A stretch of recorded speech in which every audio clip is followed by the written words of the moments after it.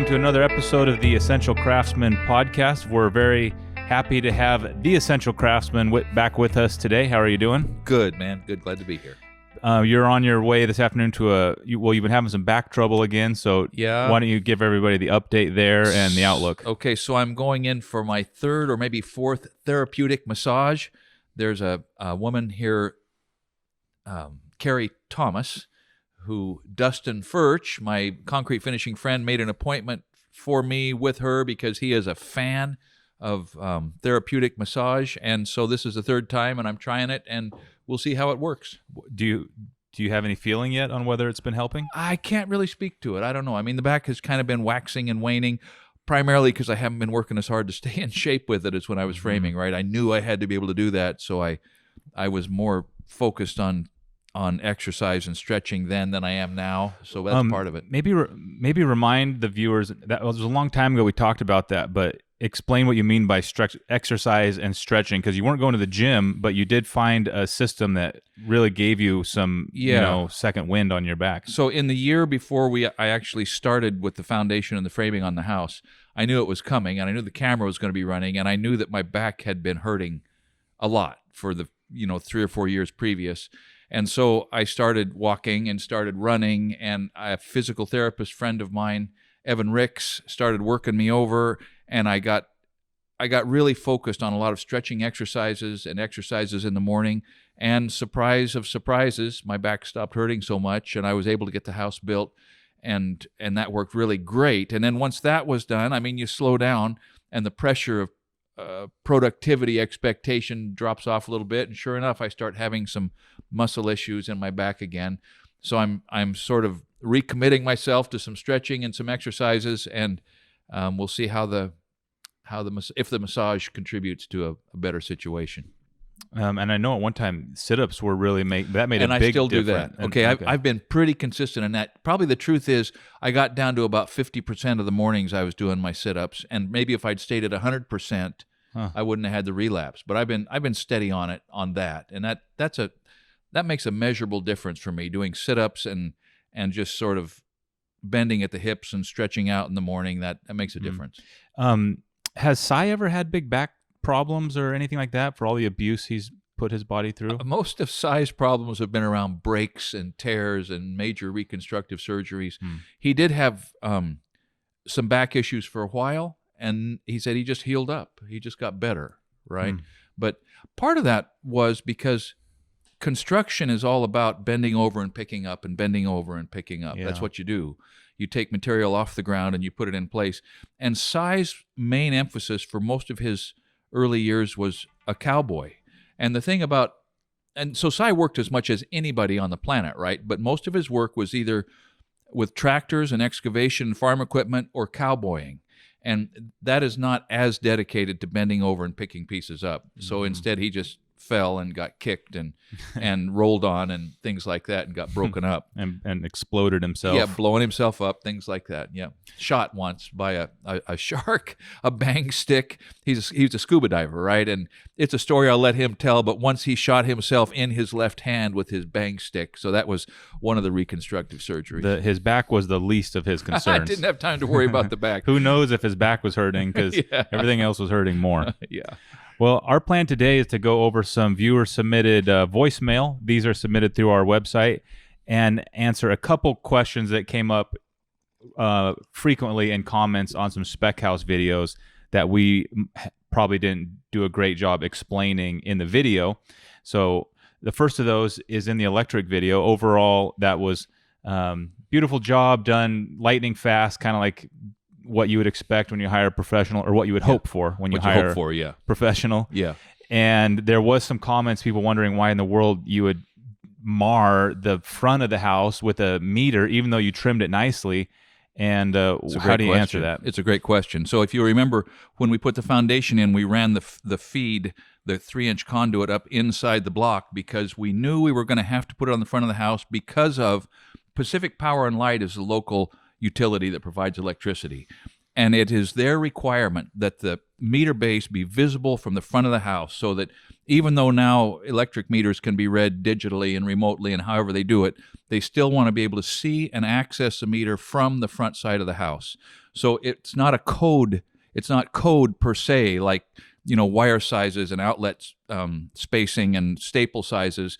It's the requirement of the people that bring the electricity onto the property, and there's no getting around that. I mean, they will not hook you up if you don't play according to their rules, and so we put the meter on the front of the house. And when it's painted, it'll be innocuous. I don't think anybody's going to have a big objection. There'll be the glass globe sticking out, and everything else will be the same color, and it'll be okay. I say we plant a tree there just to spite them and show them, like, yeah, we've got a flower bed there. We can put a cypress or something right there, and goodbye. Because these things happen when it's like one person with a great idea. He probably worked as a meter reader, and he's like, what's annoying is walking around. Let's just make that. Yeah. And I'm sure he has a point, but that's annoying. It's annoying. And there's a lot of houses in the world that it's around the corner, and it seems to. Yeah. And well, like you said, now you can read them digitally. Yeah. Not even digitally. It's done online, I suppose. They collect it somehow. I guess I don't know how they do that. I don't either. But they do. Yeah. So anyways, that was out of our hands, unfortunately. And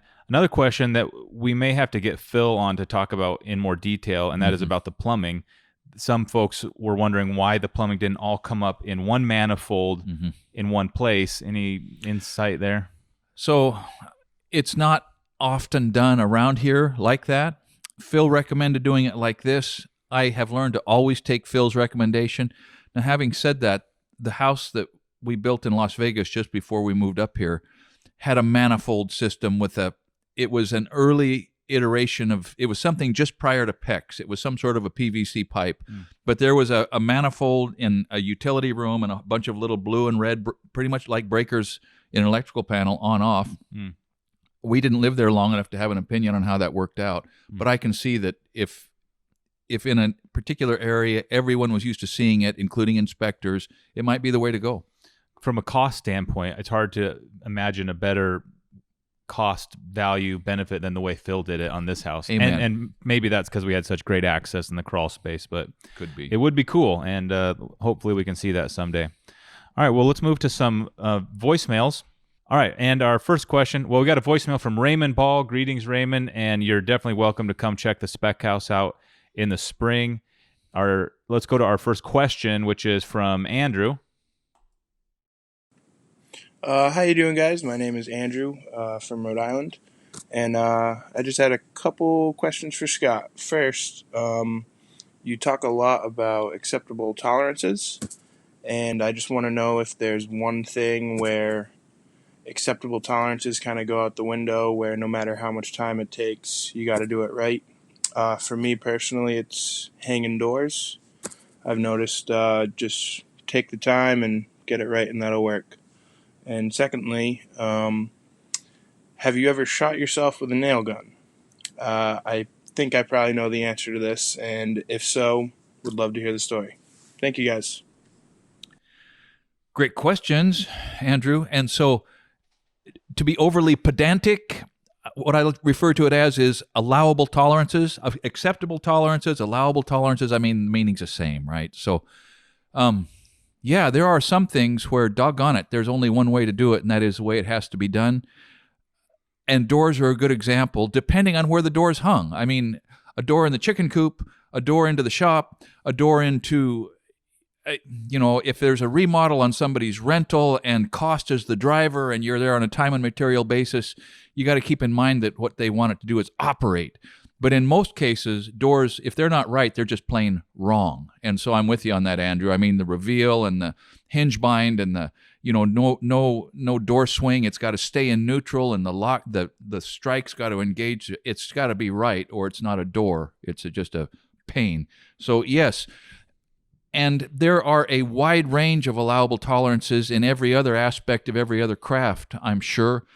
For me, another place where allowable tolerance is perfect as it is drainage on concrete. There is very little in this world that is worse than a bird bath on a slab or on a patio, or something that doesn't drain is just a permanent problem. And in a cold weather climate, and we aren't very often cold around here, but it's dangerous. I mean, a puddle on a patio that's frozen is a life safety issue. So those are two areas that come to mind. Great question. I guess just to try to get to the punchline on this, the allowable tolerance on any given job is always determined not by the carpenter, but by the person that's signing the check. It's their decision to make. And if there's any question or if there's any ambiguity about that, then find out what they want. And the second thing, shot with a nail gun, not once, but 5 times, actually. And so I guess I am a slow learner. None of them have been really vicious. They've mostly been ricochets, or a pin gun, hitting a knot and curling around and fish hooking through my index finger and a glancing blow and it's, sticks in my wrist or in a knee or something, but nothing full depth, nothing over maybe half an inch deep except for the one fish hook penetration in one side and out the other.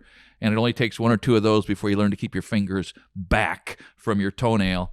I guess I've probably been lucky more than once because I use my nail gun quite a bit to nail hangers, right? Joist hangers.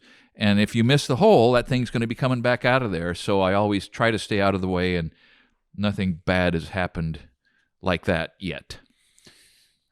All right, our next question is from Carlo, and he is from Wisconsin, where they have a lot of basements, wondering why we didn't do a basement, if it was a code or budget restriction. And we have talked about that, but why don't you update everybody on why we didn't do that? Yeah, good question. And it's not a code issue. You're free to dig basements around here.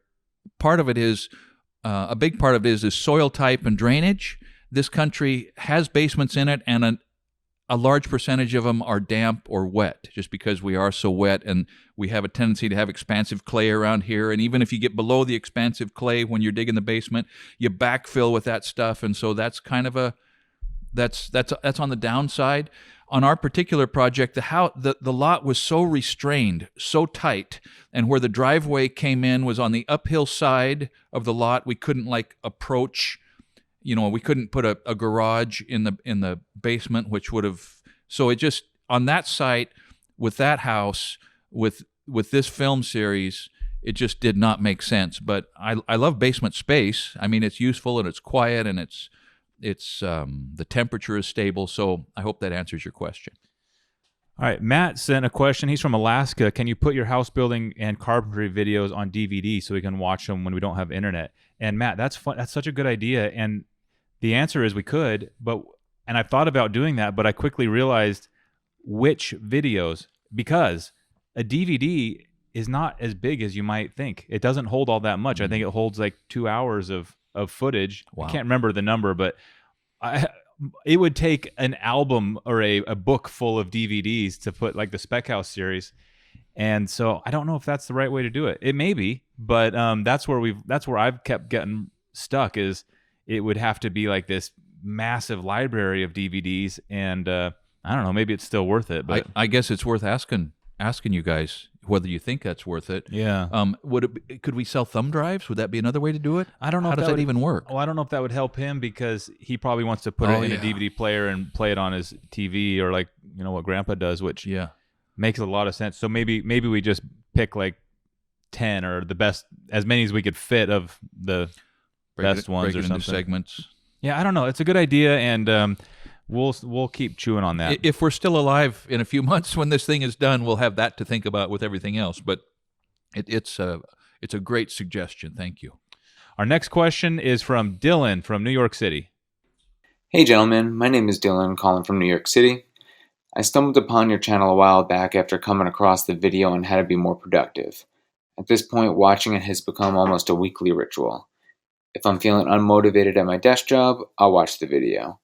If I'm not feeling motivated to train for an upcoming marathon or what have you, I'll watch the video. When I get overwhelmed by the amount of work my girlfriend and I have in store to develop a homestead and commercial fruit orchard on a 25-acre property we just purchased in upstate New York, I'll throw the video on my headphones and keep moving. I'm wondering if you ever feel unmotivated, and if so, if there's anywhere you look for motivation, whether it be a mentor or God or what have you.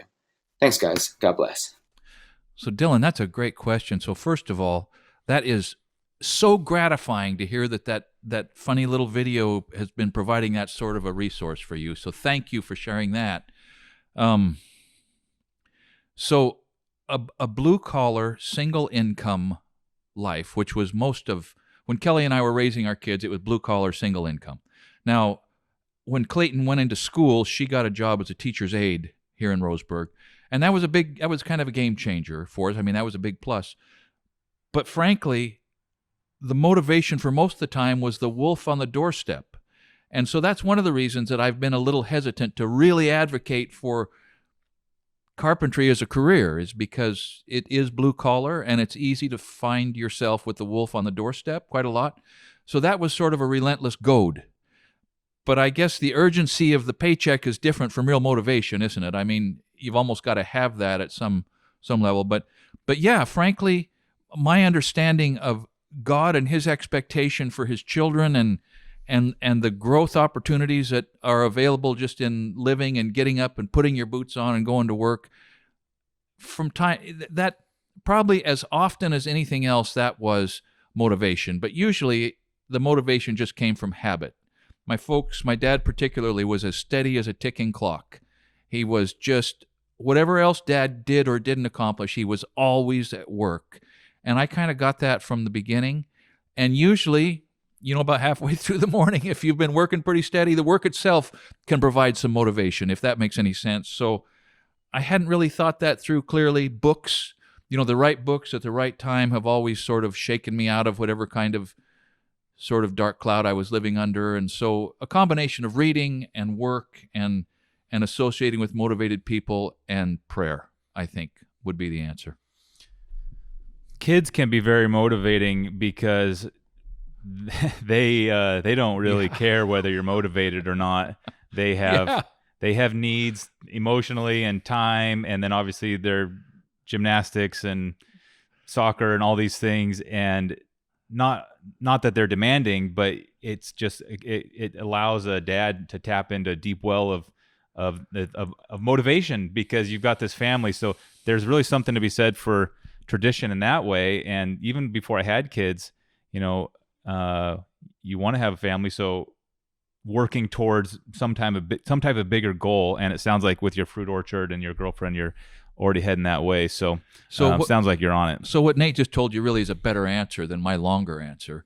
And that's one of the reasons that people who either choose or find themselves in a situation where they haven't had kids are usually at some level quite a bit different than the people who have, because of the pressure of your kids' naive expectation that you're going to do what they need you to do.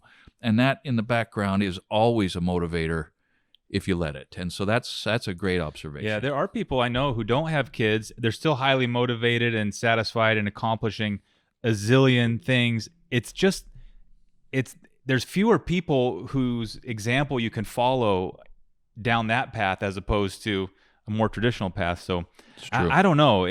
I think this is different for everybody in terms of what motivates them, but books and certainly music and kids and family and tradition and all the basics. And so and a 25-acre property with a commercial apple orchard. Right on, man. Well, on. That's a good example. Like just responsibility in general, and kids and pets are a responsibility. But I got to think, if you had a farm or a fruit orchard, there would be motivation in the maintenance and the planting and the trimming, sort of like taking care of a living creature, That's the beauty of chores, animals for kids, right? I mean, so here's the deal, Andrew. You get that 25 acres up and going, you're going to need some kids. You're going to have Dylan. Look at the opportunities you're going to have to teach your kids productivity and motivation on 25 acres of homestead and apple orchard. That's fabulous. All right, our next question is from Chris.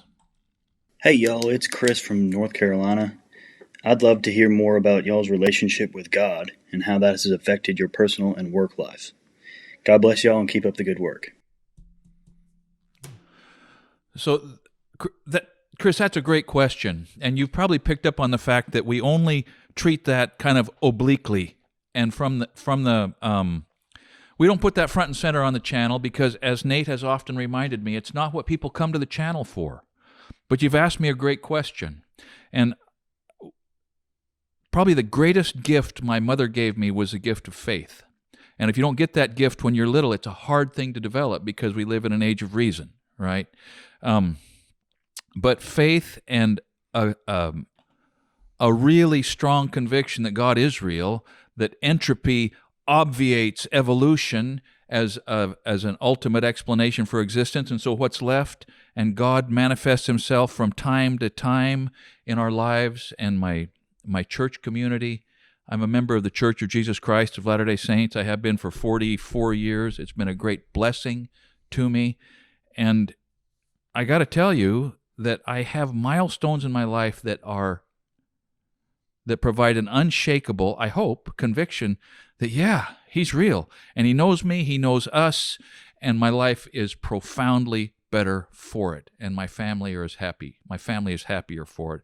And I am so grateful. Hey, Essential Craftsman, I got a quick question, kind of a fun question. Do you have any idea how many pair of work boots you've gone through in a lifetime? I don't know if you go through maybe 3 or 4 a year, or it takes you 3 or 4 years to go through one pair. But anyway, just interested. I know in my own, I've went through a ton of work boots. And anyway, keep up the good work. Enjoy the show.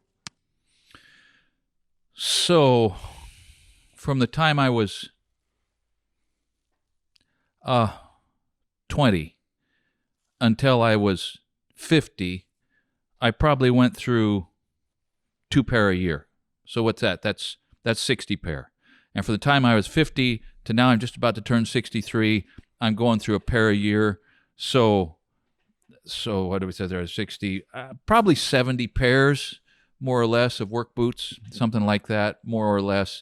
That doesn't count the rubber boots that kind of get burned up on the side and the Romeos that you wear occasionally, and finally you got to throw them away because they got ratty. That's just the ones that were there when I was earning my check, probably. There's really a huge difference between guys who are in the trades and wear work boots day in and day out and how they think about boots versus the weekend warriors who are proud to say, like, these boots have lasted me for 8 years. Yeah. And they're like, they're the best ever. And it's like, that's great, but it's just a different animal when you're climbing in those boots 14 hours a day. And anybody who's done that, not me, could tell you that you go through several per year, pretty much no matter what boots you buy. As soon as I stepped into concrete, I was in concrete, stepped in, okay, no pun intended there.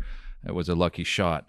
But once I kind of went to a preponderance of concrete for about 20 years, man, boots just melt away because you don't always have time to go to the truck and pull on your rubber boots if you thought you were just going to do some setup and check some grades, but they need you out there on a rod, and so you jump in, and so your boots get mud on them, and then you spray them off, and they dissolve. I don't care whether you grease them or not.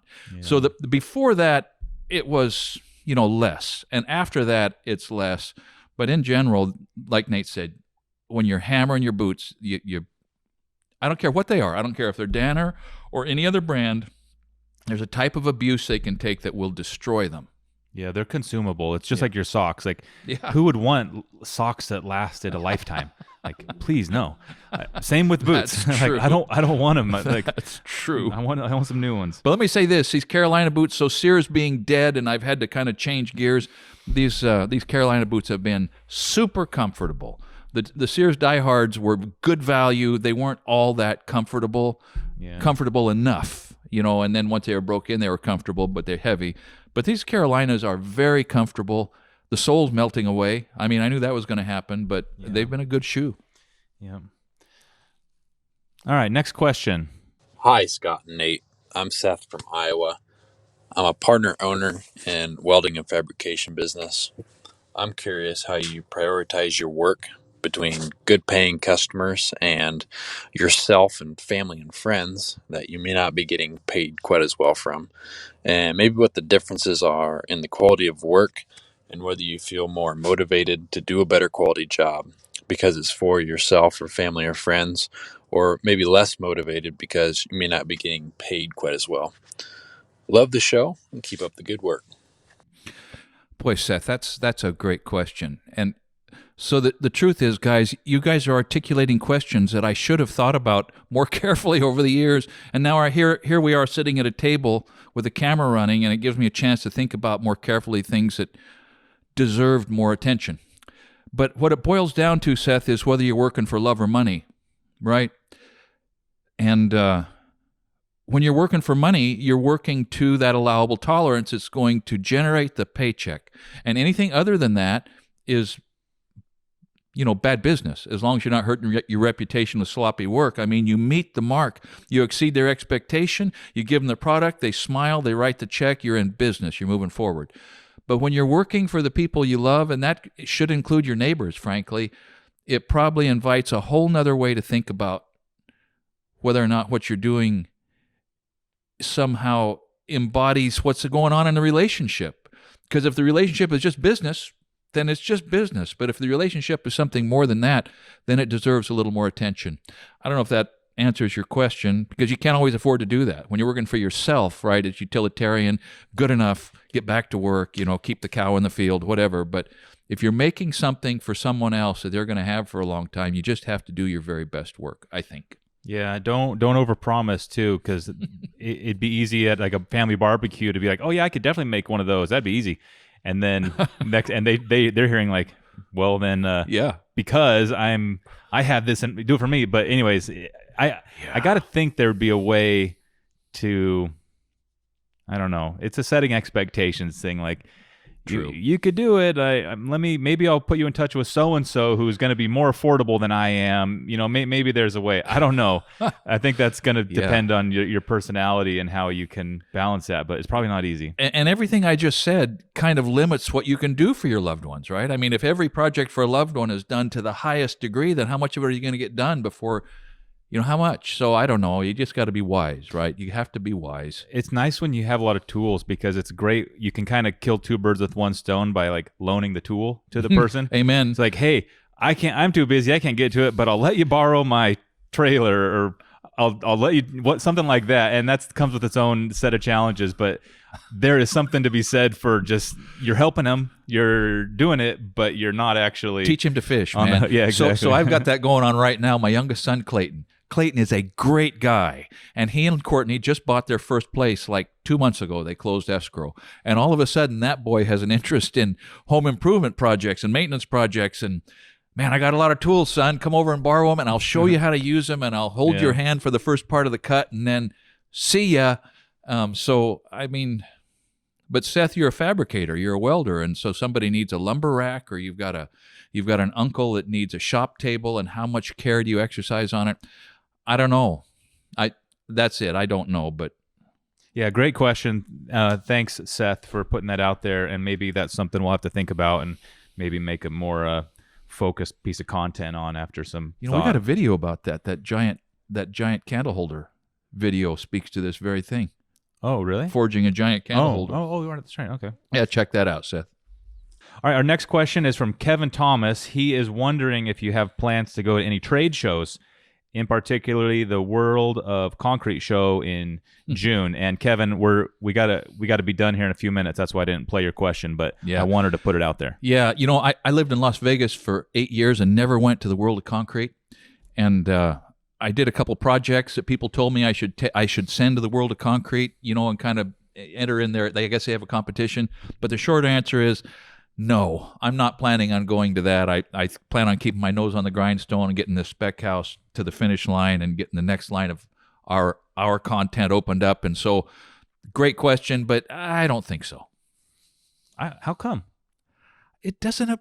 I don't know. I don't know why it doesn't appeal to me. I mean, the commercial aspect of construction, I don't know. I mean, the Las Vegas Convention Center, they told me, would have miles and miles and miles and miles of booths and latest and cutting edge and stuff for sale, and I just never went. But I would ask my friends that went what they learned, and usually I boil it down to about 2 sentences, and I thought, okay. It's these things are a completely different energy than anything about the trades. It's about marketing and people and activities, and it's super fun. I'd like to go to one some point, not necessarily the concrete one, but World of Concrete's the big one, man. Well, I mean, there's like a trade show for every hobby out there, and they're always just kind of like a spectacle, I guess. Are. It's like there's a lot of interesting people at those things. So I would rather take my time and go to the Northwest Blacksmith Association annual conference. Okay, well, I love that. Well, there you go. Seth, you might catch him at a blacksmithing one, but I think he's seen enough concrete, and so how fascinating can concrete be? Concrete's not going to entice him at this point.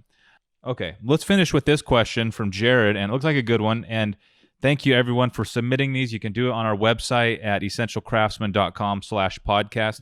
You got 5 minutes before you got to leave, Dad. So let me play Jared's question here, and we'll wrap it up. Hello, I'm Jared Kaufman. I'm a pretty young framer out in Colorado. I'm currently 18 years old and leading a 14,000 square foot framing project with between 10 and 20 guys, depending on the day. But I was honestly just wondering if you had any advice as far as how to run a project in general, the best way to keep it efficient and productive, but also how to deal with doing that while also being the youngest person on the crew. But yeah, really appreciate the show. I love listening to it and hearing your guys' perspective on everything. And yeah, keep doing what you're doing. Thank you. So, attaboy, Jared, 18 years old, running a 14,000 square foot project with a crew of 10. I've got to assume your dad was a builder. Okay, that's a huge assumption, but I worked with a lot of guys who at a young age got responsibility, and they almost all came from a building family. So that's interesting. So as you were talking, I thought, man, do your homework. You can't go home and sit down in front of the television, and you can't play video games. You got to be laying out the next day off those plans, right? Making cut lists, and you got to do that. I mean, the time from the time the job is over until you show up there in the morning is critical time for you if you're going to stay ahead of that curve. I was most effective when I was running jobs if I thought of myself as a laborer who had responsibility. What I mean was, I would pack lumber, I would bring them the tools, I wouldn't run a broom because you had to have your head down running a broom, but I would stock material because that put me all around the job all the time, right? And it made me a little bit productive.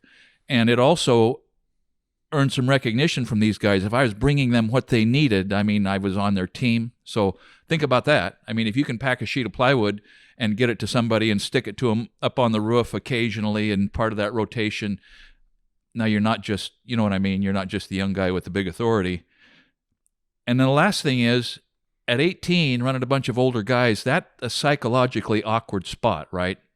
I mean, unless your dad owns it. If your dad owns it, and I'm not delegitimizing that, but if you are related to the ownership position, then you do have some authority. But if you're not, you're going to have to fire somebody. I mean, somebody on that job probably is not earning his check. And if you are struggling to get the respect of the men that you're leading, one good way to do that is to find somebody who's not earning his check and give him his pink slip, you know, however that works. And you don't humiliate him publicly because the word will spread that he was let go and that you did it. But you got to be fair about it. He has to have earned that firing. And it would be nice if you had the authority to give somebody else, one or two guys, a raise, like the next day. I don't know. But there's nothing like exercising the authority to terminate and the authority to increase compensation to sort of make it unmistakable who's in command. And there's nothing like actually putting your head down and working when you can to earn that respect. So I don't know if that's a good answer or not, but that's the way I always thought about it. Brutal. Torching people and just cutting them. If they're not earning their check, you fire the man who's not producing. Everybody else is working a little harder, especially if they think there's going to be more money in it. Mm-hmm. Yeah, I'm sure for a lot of reasons, it's better to get those guys off the job. Mm-hmm. It's a lot of reasons. A million reasons why it's just better for them to not be there. Yep. All right, well, great question. Good luck with that project. Maybe chime in after you get her finished. Send a picture to let us know how it went. And congratulations. I was probably still playing with Legos when I was 18, so you are really tearing it up. Great job. Yeah. And thanks, everybody, for tuning in to our show. If you would like to, we have the videos on YouTube, and I know a lot of you, or some of you, watch it there, but if you're listening to this, we do put these on our second channel. And as I mentioned earlier, you could submit questions on our website at essentialcraftsman.com/podcast, and we will answer the ones that seem to be the best fit for us at the moment, and we'll try to get the other ones later. Any last words? No, I hope everyone had a Merry Christmas. I hope that you made a positive contribution to the people in your life at Christmas time. We got our head up in a new year. 2021 is a pretty scary prospect in a lot of ways, but here we are. Game on. Work hard. All right, we'll catch you next time. Thanks, everybody.